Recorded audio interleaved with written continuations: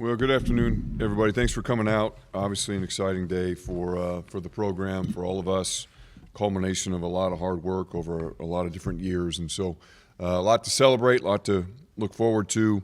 But was pleased this afternoon to accept an invitation from Nashville Sports CEO Scott Ramsey for the University of Illinois to represent the Big Ten Conference in the 2025 Liberty Mutual Music City Bowl. The game, a lot of the details are in front of you, but the game will be held in Nashville, Nissan Stadium, 4:30 p.m. Central Time on Tuesday, December 30th. It will be broadcast nationally on ESPN. Of course, we're excited to play a high-profile opponent in the University of Tennessee. Notably, it's the first time we've ever played the Volunteers, and so that'll be an exciting experience for us. We have a lot to play for. With a win, it would be the first time in program history that we've won 9 or more games in back-to-back seasons. Also be our 19th win over the last 2 years, which would also be a high water mark for us over a 2-year span.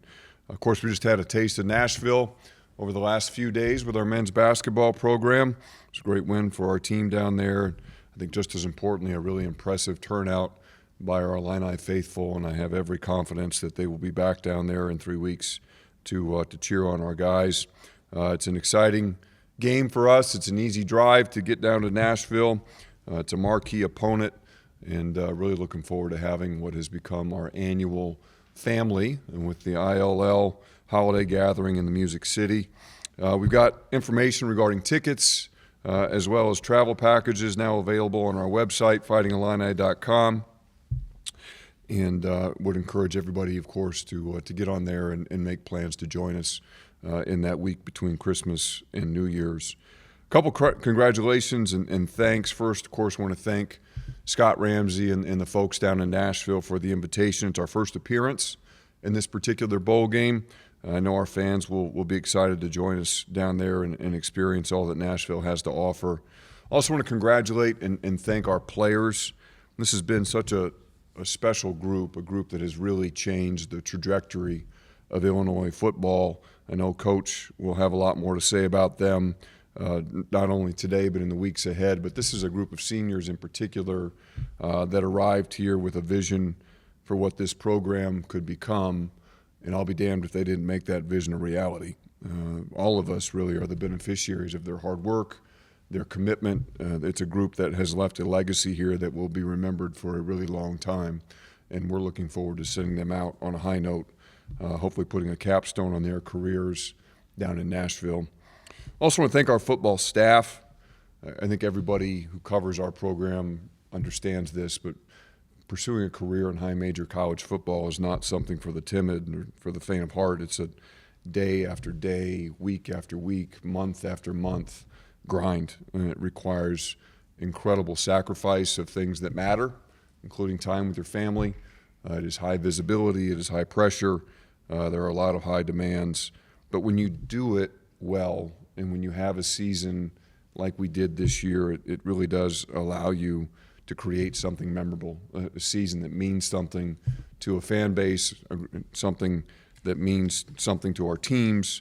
It allows us to build relationships that will hopefully endure for the test of time, and so just want to thank that group who works in this building day in and day out. Also want to thank our broader DIA staff, and I think probably goes without any explanation, we have made success in football a priority across this athletics program for a long time now, but in particular here over these last few years and since Coach Bielema's arrival. I can't hit on all the ways that manifests itself across our entire department, but I'll just mention one that I think embodies what that commitment has looked and felt like, and it really is the game last week against Northwestern, maybe the Snowmageddon game, if you want to call it that.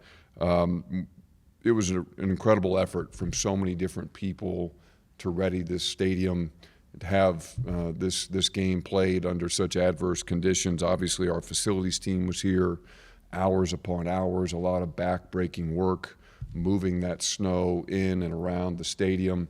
But beyond the facility staff, we had a lot of people who don't have snow removal in their job description, who were out here with their boots laced up, with their shovels in their hands, helping to move the snow around that building for hours that afternoon during the most intense periods of the storm. And without their help, the stadium doesn't get ready. We don't have an opportunity to welcome any fans into the building, and we don't have the chance to go out and bring home the Land of Lincoln trophy. And so I had a chance to communicate with them in private, but in front of all of you, we just want to make sure we convey our thanks to our staff. And again, that's just one example of the ways day in and day out, large and small, that everybody in DIA is working to help make this football program successful. And it's really rewarding to see such commitment and to work with such a special group of colleagues. Also want to congratulate and thank everybody associated with our program, our fans, our donors, everybody who has invested their time, their resources, their emotional energy into seeing this football program build and grow to the point that we have it now. And I reflect back on this year. I think about some of the cool memories that we were able to share. I think about the $100 million gift announcement with Larry Geese and adding the Geese name to Memorial Stadium. I think about welcoming Fox's Big Noon kickoff show here for the first time in program history, and to not only do it once, but twice, and do it twice in 3 weeks. It was really special to have that kind of enthusiasm, that attention. Fox asked us after coming the first time, do you think you could match what you were able to do the first visit? And we said, look, you haven't seen anything yet. In the way that our students in particular, but our fans showed up for that Ohio State game, the way that they came out to be a part of that program in the pregame hours was really a memory that I'll have for a long time, and I know many others will as well. And I know those were the first visits, certainly will not be the last, and we're looking forward to continuing to have that kind of profile and visibility on this football program. To be able to beat USC here at home, a team that finished the season ranked number 16 in the CFP. We ended up beating two teams that now we know became eventual conference champions in Western Michigan and Duke. And then, of course, the Snowmageddon game that I mentioned with Northwestern. Second year in a row we've played under very memorable conditions against the Wildcats, and to be able to bring the hat home for 2 years in a row along with the cannon means a great deal. The numbers are pretty exciting. As you look back at the season, our season attendance exceeded 400,000 people through the gates of Memorial Stadium for the first time since 1994. Our average announced attendance this year was 58,350. It's our highest attendance since 2009, and it's a remarkable increase of 65% since Coach Bielema's first year in 2021.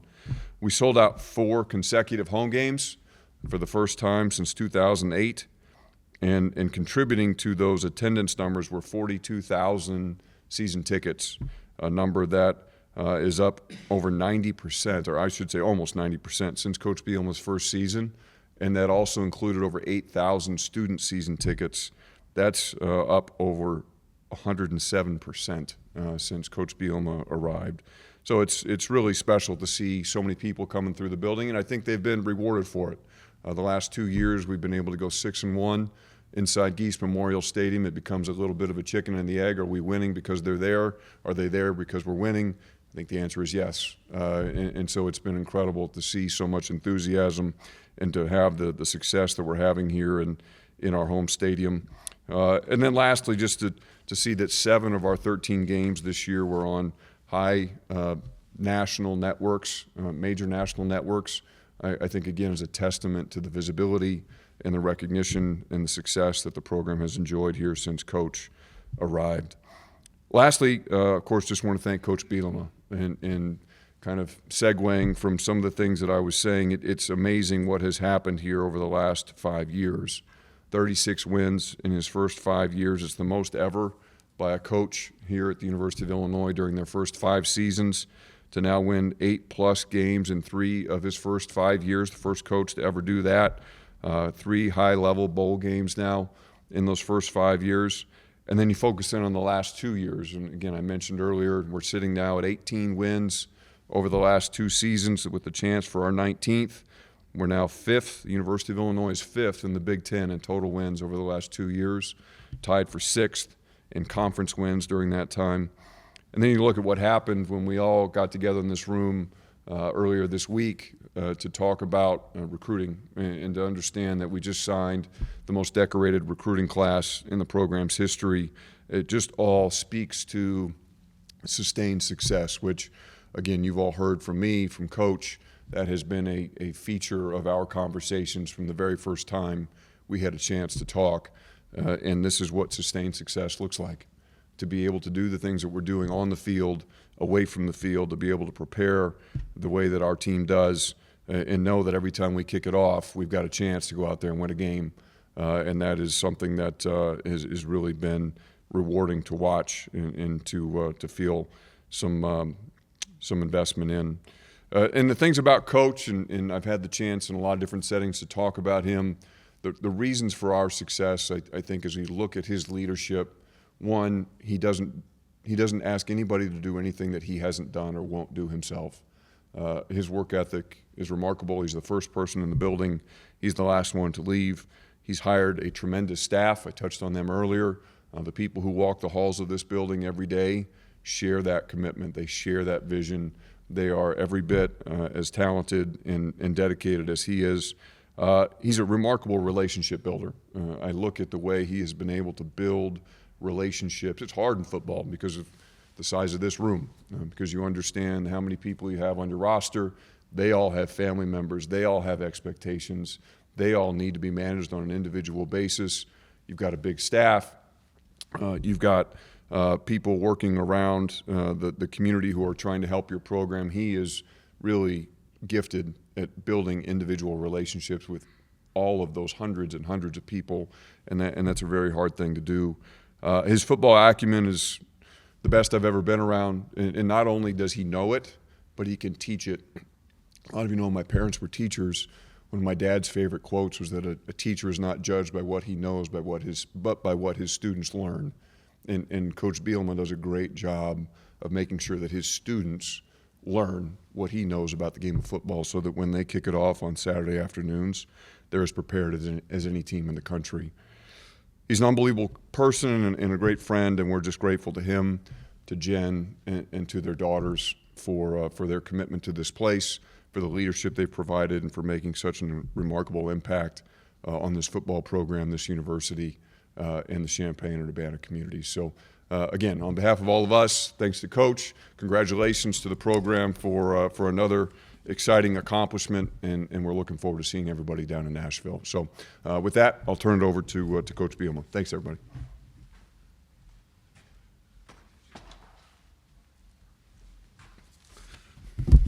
Good afternoon. Saw some of you guys in Nashville last night, so it was kind of fun going over on the plane Friday. I got a chance to be with some donors, and kind of Josh and I had conversations last week. Didn't know exactly how the day was going to play out, but had a good inkling that we were going to be coming back over there for the bowl game, and honestly to maybe have a chance to play Tennessee. So I thought being there last night and being able to watch a basketball team do that, and just the fans, it's probably one of the great things for me as a head coach. You are so locked into your moment, game day and everything, like you don't realize all the things that go out around it, right? And I was in Nashville yesterday in our team hotel, right, and then went to a barstool spot that they had kind of had as a rally point, and to see the interaction with the fans, it was just absolutely great reminder for me of all the things that go around college athletics, and super excited for this bowl game opportunity.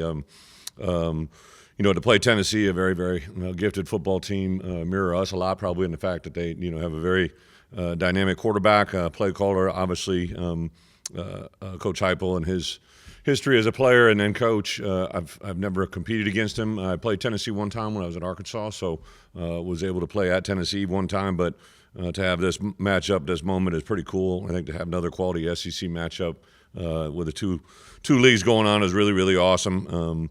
I want to thank, obviously, everybody that, like Josh just mentioned, to make last week happen for the Northwestern game. It was probably a really good reminder for me. I saw, what was coming in during the course of the week. We prepared as much as humanly possible. I watched a lot of bad weather games, but there's nothing like being in that moment and what our support staff did to make that stadium what it was, to clear it off, and then really the tale of two halves. It was almost a totally different game in the second half weather-wise, right? And to see that play out, thought it was interesting early in the course of the day. I was informed that we were going to move everybody behind us, in that stadium environment. That was pretty cool to have that behind us as a backdrop for our players and all that goes into it. So that gave us the win, which I think solidified us to go to this bowl game, this opportunity. Couldn't be more excited. I just got a text. I think you always reflect back. These bowl games are obviously the culmination to a season, but for fans and especially the players' families, right? Just got a text from Betsy Altmaier when I was walking in here, and she said she thought half of Mississippi is going to be there in Nashville. I was just glad that one was going to be there from Mississippi. So I think it gives our guys a chance to have a quality opponent there down the stretch. I don't know anything about who's playing or not playing. I'm sure I'll have a lot of conversations this week. I've had some beginning conversations with the guys. Also, there's some guys that have some season-ending or some surgeries that got to take place after the season, so we got a lot of those conversations going on as well. But just really took last week to decompress, kind of understand where we're at. This week we'll actually get on the grass. In the indoor, we'll get in there, do a little bit of just Illinois versus Illinois this week, kind of have a lot of developmental practice this week as we game prep and get ready for Tennessee. Offense, defense, special teams. We'll probably get in 5 to 6 quality good practices before we leave for Nashville. I'll give the guys a couple days off before Christmas for allow them to go home for the holidays. Then they'll meet us on Nashville probably on Christmas Day. Still working out the exact details, but we'll get about a good weekend before the game. Staying at the Opryland Hotel, which will be an awesome experience for those guys that haven't been there before. So a lot of just really good things. Super excited. And with that, Josh read off a lot of stats, but the one that was blowing me away was right. Like I didn't even realize it. I did going into the Northwestern game because of where we were at. We were at 11-2, and I knew if we won, we were going to have 12 wins in 2 years in Geese Memorial Stadium. And I think about looking back on it, one of the stats that I was really proud of when I was a head coach at a former school in the Big Ten, there was a time where I was filling out senior invites to their families for their senior day. And I remember there was a stretch during a 3 or 4 year run where those kids only lost 1 or 2 games maybe in a 4-year window. And to think that, anybody that's been in this program the last 2 years and to walk off that field out there 12 times victorious with only 2 setbacks is a pretty amazing thing to get to. The stat about being in the Big Ten, number 5, I think that's Indiana, Ohio State, Oregon, and Penn State ahead of us to have the most wins over teams like Michigan and USC and some other teams that are in this league that historically have been, winning football for a long time. To have those things jump out are really, really pretty cool. So excited about the opportunity. With that, I'll open it up for questions. What was the impact of winning last year's game, and what could this one mean? Yeah, 2 different things. So, you guys have pieced it together right here, signing day on Wednesday. This is going to be an entirely different offseason. Last year we had so many returning players. So this year we have a good amount of players that are returning, but I think it'll be a lot more about retention and acquisition. So that feel, but just the buzz and the energy around our program. Obviously, the out of season last year, we probably, for me in particular, I just had a lot more coming at me about people that were interested in doing stories on us about our guys and what it is. I think it takes people a while to get used to Illinois being good in football, right? And I think because of that, the more we can sustain it, like Josh and I have talked about since I got here, that's probably the biggest deal. Give you a pretty good feeling about what will come on the 30th? Yeah, it was funny. I got up early, I grabbed a cup of coffee, and a young boy was standing there, and he had on orange pants, all right, and maybe a gray top, and his dad's like, Coach, he was in all orange earlier, but I told him he couldn't just wear all orange because I'm like, what a confusing statement, right? I didn't quite get what was going on. I forgot, obviously, Tennessee's all orange, so there was a lot of orange and blue last night, a lot of orange overall. I think it'll be confusing for people at times. You got to be clearly identified, but I do think to have a 5-hour car ride. I even heard that you could stop at a casino about halfway here between here and Champaign to the, so that might intrigue some of those travelers.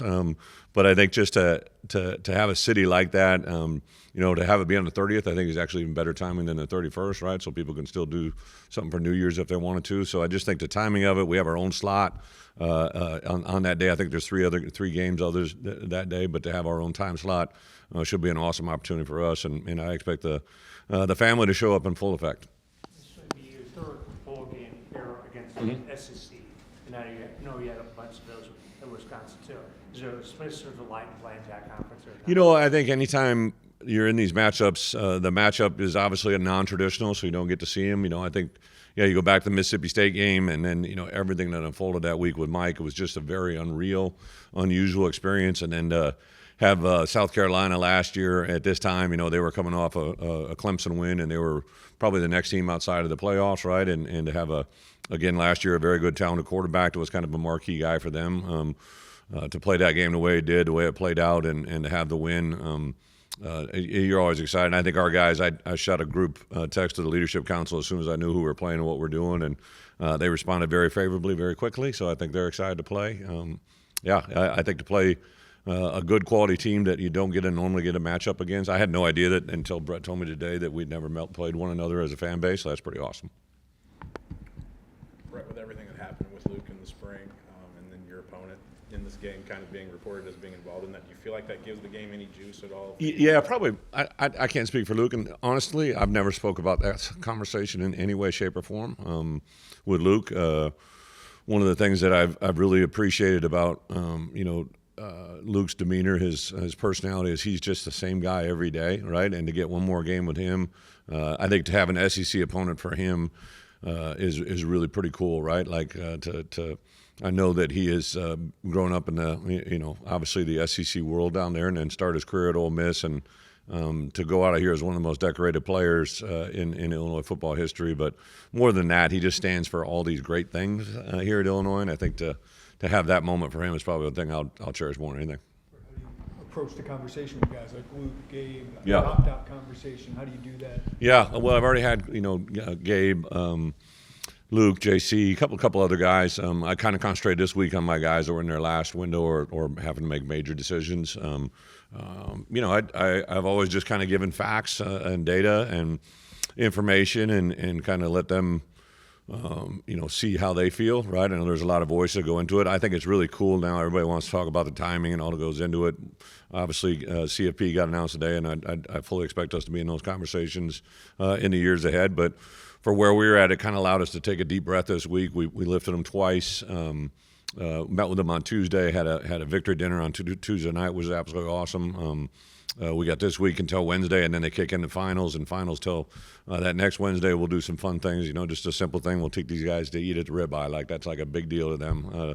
So all these little, for us, all the way up until the 20th, once school gets out, you kind of got to keep them occupied a little bit. So I'm already setting up practice around something where we can watch the CFP on the 19th and 20th, maybe something together. So, yeah, I think to play these guys, but also for these seniors that got a decision to make, like, you just don't get these moments very much anymore. It was funny. We have a couple guest captains that came in this year, and a lot of guys that have played in the NFL, and they just always make reference to the friendships they make and bonded while they're here is more than any time when their college or their NFL career. And I really try to get those guys to understand and appreciate that. Can you share about those guys' decisions at this point? Today's not the day, but I do think we'll probably have some things moving forward this week. I did tell the guys, like, for me, I learned so much as a head coach through my players, right? And I keep going back to, that year when Spoon jumped out and a couple of guys jumped. Like, I just want to make sure those guys have their moment. They've done so many great things here. I don't want it to be some, social media graphic that their buddy from high school put together. Nothing wrong with that. But like you know what I mean? Like they deserve to be rewarded and celebrated in the right ways. Have you been able to watch any of Tennessee this year? Do you know anything about their offense? Or Yeah, I snuck a peek in there last week. Wednesday and Thursday I did a little Tennessee recon. Just very impressed with offensively. Just always been. Josh is just incredibly gifted play caller, and what they do offensively. Obviously, their quarterback is put up some ridiculous numbers. Have a couple receivers. Have a running back that's run for close to 1,000. Defensively, a year ago were statistically one of the best in the country. I know things fell off a little this year statistically, but a very opportunistic group. I think special teams is always going to be a challenge in the bowl games, right? So, like, I literally will start a file now as you watch all these games unfold, just kind of how things are won and lost in these moments, right? Because guys go through a natural break here, and sometimes these bowl games kind of have things similar to the beginning of the year where people just kind of forget about how you lose football games. We got to keep that in mind. There were a couple teams, coaching changes that opted out of bowl games, and then Notre Dame, Yeah. I think, got their feelings hurt and opted out. I mean, are you, I don't know, concerned at all that bowl games will have less? I get it. I think there'll be a tweaking of the bowl games just because I think even with the CFP last year, our chief of staff, Mark's heavily involved with some of those conversations. And, in our preparation for this year, we obviously had some playoff conversations about what we do. We didn't want to get caught in the moment and have to react. So I think there's some some uniqueness to these home games that are played, you know, that were very popular, right? And to see those might expand, I think, in the future. I would think with college football playoffs. You know, I don't really worry about conversations I'm not in, right? It's kind of interesting. Obviously, when I saw Fitz get hired last week, and obviously new coach going to UCLA, like you're aware of it, but I don't really concentrate on those things now.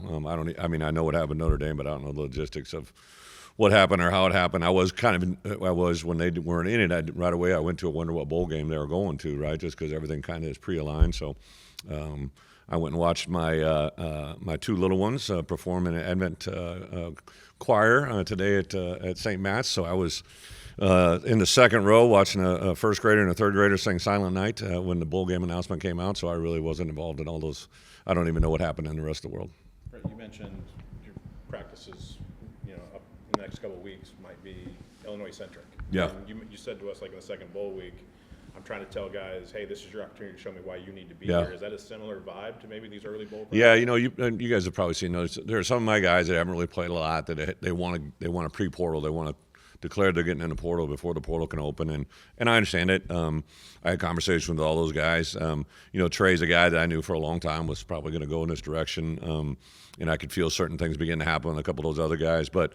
Like this year, like last year, there were several guys that I said, hey, if you want to play in this bowl game, right, I'll let you stay involved with the team. You can enjoy the celebration of the bowl, and then, you know, the portal opens up January 2nd. I know you can pre-portal or whatever you want to do. I just want to get guys good, but I think there's a lot of guys that I haven't talked to that I will over the next 3 or 4 weeks that I'm sure they're in their mind saying, hey, what do I want to do here? And as coaches, we're saying the same thing, right? Like we want to see everybody be at their best, and we'll do a lot of stuff that will take most of our main starters that aren't going to be with us next year, remove them, and let those other guys play football. And I'm super excited to see Ethan and Carson Boyd, you know, those two guys at the quarterback position, several offensive linemen, some of the backup defensive linemen, outside linebacker like Joe Barna is a guy that I'm really excited. Him and Daniel Brown, those are two outside guys that, you know, after Gabe and Alec are gone, and now Leon Lowry, those are guys that I think will step into starting roles, and I'm super excited about them, but I'm kind of excited to see where they go right now. Bret, you guys as a staff had a lot of success the last 2 years. How do you feel about your staff moving forward? Do you feel like you need to? Yeah, great question. I know obviously James White is going to move on, right? So it's funny, like I just get bombarded with people that want to be a part of this thing.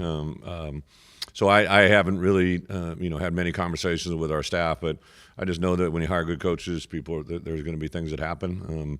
I know a couple of my guys are involved in conversations now that I'm aware of, just to make sure that I'm in the loop. I always tell my staff, right, I just don't want any surprises, right? So I'm sure there's going to be some transition, but for me right now, nothing will transition before the bowl game.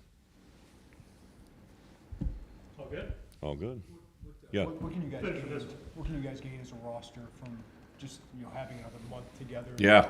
Well, I think exactly what you said. I'm super excited to watch the Canopics, right? Like both those guys at both tackle spots. I'm really excited to see a guy like Brandon Hanson, Eddie Turek, T.J. McMillan right at the center. Like Josh Kreutz has been a mainstay at that center for 3 years, right? Now we got to see where it goes. I'd love to see Brandon Henderson take that next step because he's going to have the most returning starts coming back on the offensive line, right?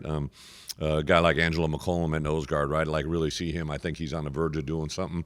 You saw it this year. Mac Rusevich in the back end. Jaheim Clark really had a nice 3 games at the end, and to see where he goes. So there's that kind of stuff all around us. You know, less publicized but more recognized. You know, like who's going to be our next punter, right? And to have a couple guys in competition for some of those special teams. You know, Hank Beatty's been returning punts for 2 years, right? Now who's going to step into that role? So there's a lot of excitement. I think it'll happen. I think it's going to be fun this week. I told our coaches, I let them go on Friday morning. We only met till about noon.